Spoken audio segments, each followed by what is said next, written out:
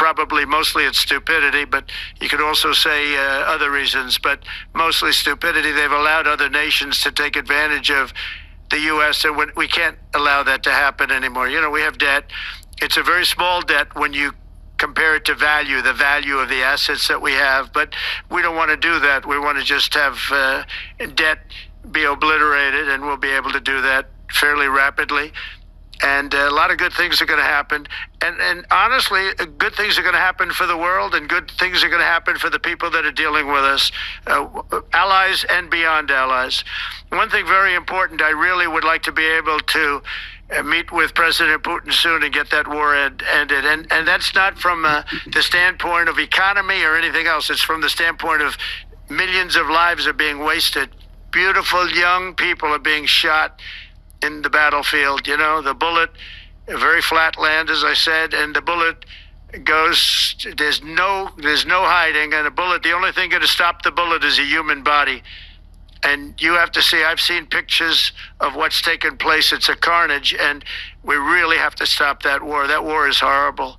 And I'm not talking economy, I'm not talking economics, I'm not talking about natural resource. I'm just talking about there's so many young people being killed in this war, and that's not including the people that have been killed as the cities are being, knocked down building by building. So we really should get that stopped. Likewise, in the Middle East, I think we've made a lot of progress in the Middle East, and I think that's gonna come along pretty well. Thank you.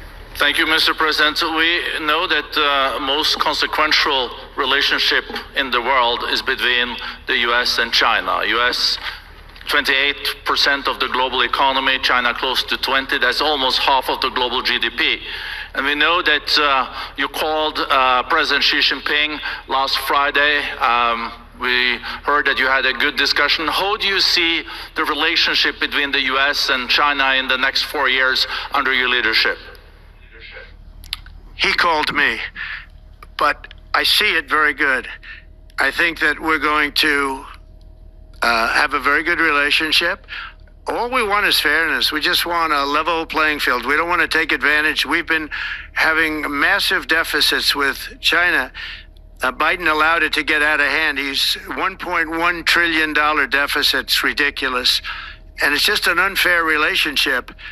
And we have to make it just fair. We don't have to make it phenomenal. We have to make it a fair relationship. Right now, it's not a fair relationship. The deficit is massive, as it is with other countries, a lot of Asian countries, actually. But we have deficits that are very big, and we can't keep doing that. So we're not going to keep doing that. But I like President Xi very much. I've always liked him. We always had a very good relationship. It was very strained with COVID coming out of Wuhan.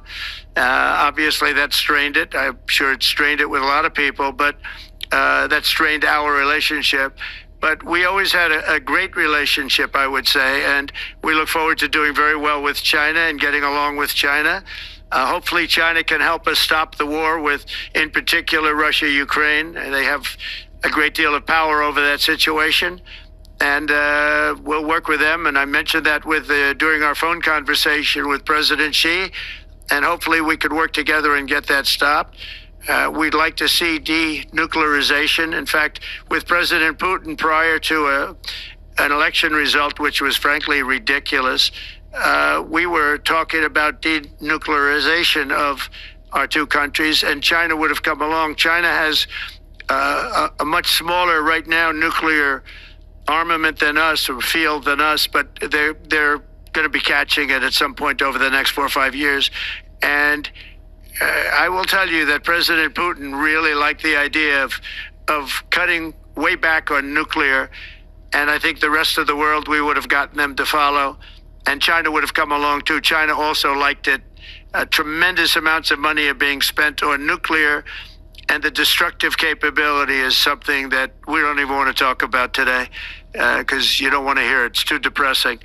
So we want to see if we can denuclearize, and I think that's very possible. And I can tell you that President Putin wanted to do it. He and I wanted to do it. We had a good conversation with China. They would have been involved, and that would have been an unbelievable thing for the planet.